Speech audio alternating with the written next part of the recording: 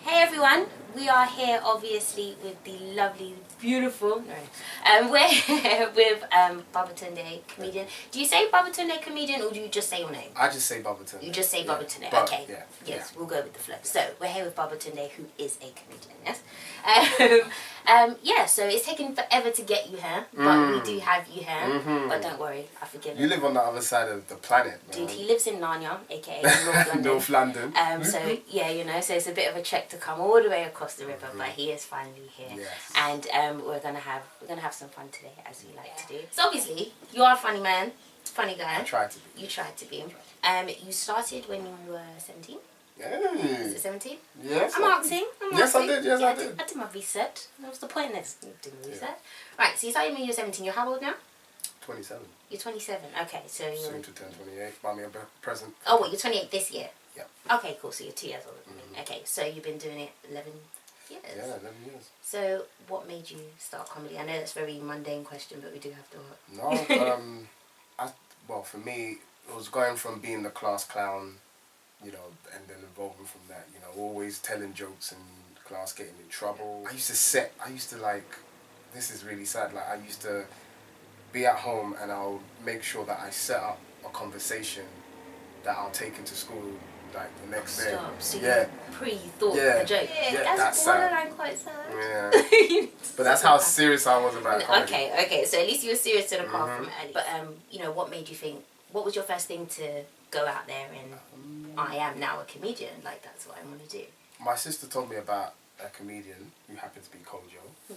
She said, oh, you have to see this, you know, young comedian, he's really funny, you know, blah, blah, blah, blah, blah. And I was just like, I can be funny. Then it just so happened that I met him at an award show for like some youth award show, and he was on the bill, he was there. And so I ran up to him, I was just like, oh, I want to be a comedian. I know who you are, you're Kojo, I want to be a comedian. He was like, alright, cool, calm down.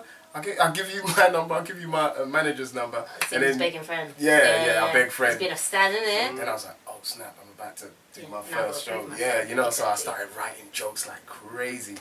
And I wrote like 100 jokes, and then booked my show, and then did my first 5 minutes. You said you wrote like 100 jokes. Me, I'm not funny. How do you, like the question we usually get is, where do you get your material from? That's fine. But how do you write jokes? I literally, this is my way of writing jokes. I literally talk to myself. Okay. I know, so it's like I did with the setup and setting up my friends. I know. No, I'm joking. No, okay, cool. Talk to yourself. First sign of madness. It's going really well right now.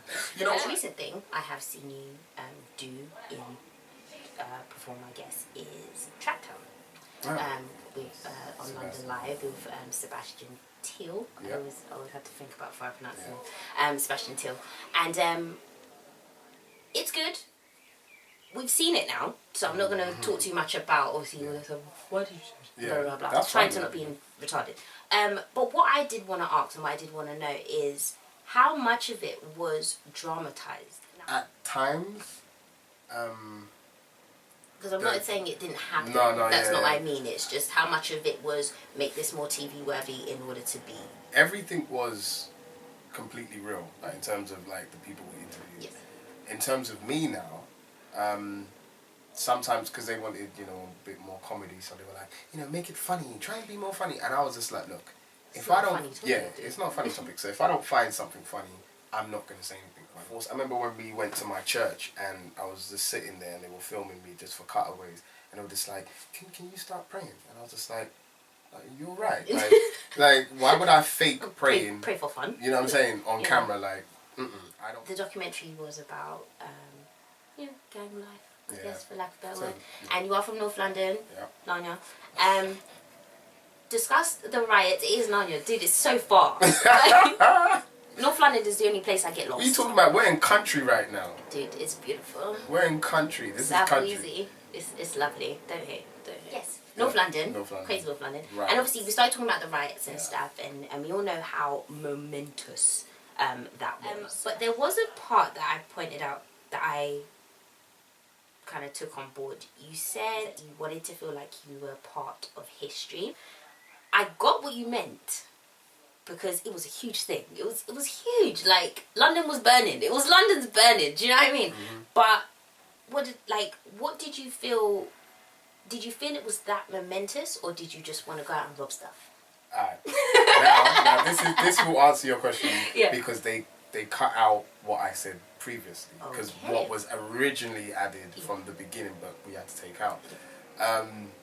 Because I knew Mark Duggan, so I had an encounter with him, like 2 encounters with him before he died, before he passed away. So that was what the documentary was originally about. It was originally about that, and so because I know him, I know his brother, and some of his family members and stuff like that, and my friends are all close. We're all kind of connected. That's what made me go, oh man, they just killed my boy. So I want to go down there. I want to break some things. Yeah. But a part of me was just like, I'm not going. I'm not about that type of way of living. So yeah, I'm not about that. I'm not about that life. So having done the documentary now and it's been out, and I'm assuming you got really good feedback and stuff. Really did you get from it what you wanted? Like, no, you didn't. What did you want? I really wanted to make a groundbreaking documentary, really on that subject about Mark Duggan. But it's number one, time, and then contacts. I'm trying to get hold of his brother to say, look, man, let's really. It was a chance for Tottenham to really express their voice, their opinion, and what's going on. I really wanted to make that, but we didn't get to. All right, you ready? This one is a basic, very basic. Finish the sentence. So I say something, and the first thing comes to your head, just say it. So, I believe in God. Comedy to me is fun. I can't live without chicken. Really? It's such a black thing to say. So I'm happy when eating chicken. Yeah, we're eating chicken or watching a DVD. Watching a DVD. Never touch my bum. And God. And last one, I would punch up all the man them. Love it. So, been in the industry for 11 years. Veteran. Super guy. Everything Chris, yeah?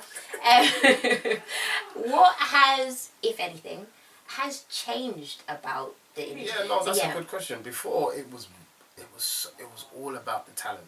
Yeah. All about the talent. Now it's just about your looks. Do you look pretty? Cool. It's just something that I've observed because talent will always open doors. Yeah. Like, no matter what. Yeah. But it just, from what I'm seeing, I'm seeing a whole bunch of people that I'm like, I'm like, you can't act, or you're not, like, as a comedian, I'm like, you're not funny. You're not funny. Yeah. But because they look good, or they have like a certain look, it's just like, yes, we can sell that. Yes, we want it, and it's just like, what the flip, like. I just said, I don't want to have to be like them just to get far, so I'm not going to do what they do. Okay. But then I just said to myself, look, man, just work hard. Yeah. Just work hard. Definitely work hard and. Because I literally stopped. I literally just went, bun acting, bun comedy, bun it all. I'm going back to shotting, can I say? What? Haribo? Shotting Haribo. Okay, so that's a bad thing. Look, stereotypes, imaging and whatnot. Yeah. What's a good thing about the industry? What do you like about being you? Well, I mean, like I said, talent will always open the door. So as long as you work hard at what you do, you will bust open every single door. And so you just have to get used to even sometimes you have to be your own cheerleader. Sometimes you really have to like pat yourself on the back, encourage yourself, motivate yourself, and just say, come, let's do this. So that's the good thing.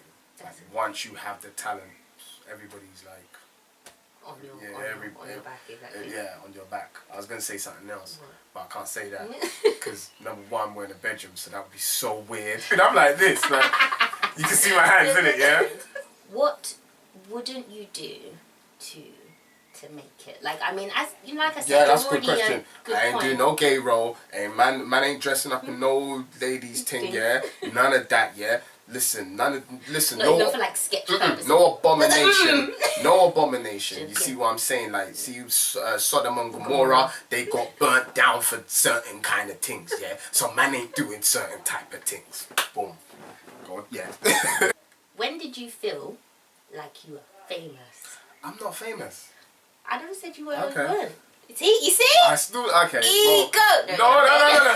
I'm not famous. Like, and sometimes, when I did the Burger King and EastEnders, because it was back to back, and so everything was out at the same time. So it was like Burger King, Tesco's advert, Argos advert, and EastEnders. It was just like all at once. I was like, damn, I'm all over the place. I'm a big guy. Yes, but I do like when I walk down the street and people do recognize me and say, oh yeah, you know, you're a funny guy and this is what I remember you for. So I like that, but fame, I don't think I'm ready for that yet. Next one, I'm just going to say 2 different things and you pick the first one. And we'll do them quite quickly so that you can't think too much, right? Go. Okay. Love or money? Love. Hot or cold? Hot. Top or bottom? Top. Natural or weave? Natural. Casual or smart? Casual. Your mum or your dad? Mumsy. Your girl or your boys? Girl. Your girl? Okay. Yeah. Okay. Boobs or ass? Ass. EastEnders or Hollyoaks? EastEnders. Bath or shower? Shower. Travis J or you? Trav. Oh, why? You took the little That's easy my boy, way out. man. That's my boy. Have you had fun so far? I've had a lot of fun. Yes. Uncomfortable fun. See, hands, you can see my hands, right? feet, everything. Fully clothed. Yes, fully clothed. I'm wearing jeans. 3 last questions. What would you do if you weren't doing comedy / acting? Whoa. Big question. I don't know, probably be like a lawyer or something. That's actually really good. Yeah. That's actually, you know, but sometimes when you ask people that, they'll be like, you know, if I never made it, I'd probably be working in McDonald's. You know, like they think if I weren't doing this, my whole rest of my life would just be shit. But yeah, so be a lawyer. Is that what you were studying? No, not even. But I'd have to do something where I get to speak. Okay, that's cool. Lawyer, I like that. Head on his shoulders. Ladies, want a husband? There he is. Good Nigerian man. What are your plans for the next 5 years? My only goal right now is just to put on an event like my own show that I can truly say that's my baby. I'm proud of that show. And lastly, what's upcoming for you? As you said, you want to do that stuff, but what's in the pipeline? Anything you can, any gossip, and you'd be like, yeah, look out for this, you know, that kind of stuff. Just Laugh Lounge. Yes, Laugh Lounge. Trav and Bubba's Laugh Lounge. Okay, cool. Well, it was lovely speaking to you, hon. It was like as uncomfortable as you were in my bedroom. It was. You know why? I'll just be honest. You know why I'm comfortable? It's because it's like I'm in a bedroom with like a lady. This don't like. Does that not happen to you? No. It does. No. It happens. It does. It was good fun chilling with you, and I hope it was fun with you. So yeah, that was Babatundé, and I'll see you again next time. Peace. Bye.